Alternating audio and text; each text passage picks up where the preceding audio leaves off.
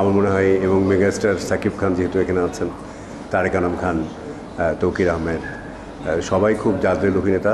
গল্পটাও খুব অসাধারণ। আমার কাজ করে খুবই আনন্দ লেগেছে এবং আমি এরকম ধরনের কাজ আরও অনেক অনেক করতে চাই। আসলে সুযোগটা খুব ইম্পর্ট্যান্ট, কারণ আমার গুরু অধ্যাপক মমতাজউদ্দিন আহমেদ স্যার বলেছিলেন যে একজন অভিনেতার জীবনে 95% হচ্ছে সুযোগ, 2.5% হচ্ছে কোয়ালিটি, আর 2.5% হচ্ছে কপাল, লাক। তো 95% যেখানে অপরচুনিটি, সুযোগ না পেলে আমি আমার ট্যালেন্টটা কোথায় দেখাবো? তো এই জন্যই আমরা অপেক্ষা করি যে কোন একটা ভালো সুযোগ আসুক।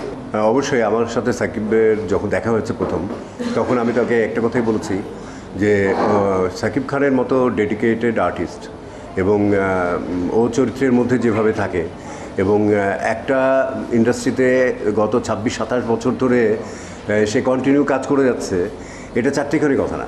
আমি তো থাকতে পারিনি, আমি তো বারবার ছুটে পালিয়ে গেছি। আমি ন্যাশনাল অ্যাওয়ার্ড পেয়েছি, তারপরে আমার মনে হয়েছে যে হ্যাঁ, আমার তো একটা মানে অ্যাচিভমেন্ট হয়েছে, এখন আরও অনেক কিছু করার আছে। কিন্তু সাকিব খান কি একদম ধরে আছে সিনেমাটাই।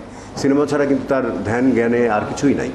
এই জন্য day by day Shakib Khan যেভাবে নিজেকে মেগাস্টার পর্যায়ে নিয়ে গেছে এবং এক একটা স্ক্রিন পার্সোনালিটি যেভাবে সে তৈরি করেছে, এবং আমি তো প্রথম তার সাথে কাজের অভিজ্ঞতা হলো, এবং তার আচার আচরণ নিয়ে তো কোনো সন্দেহই নাই।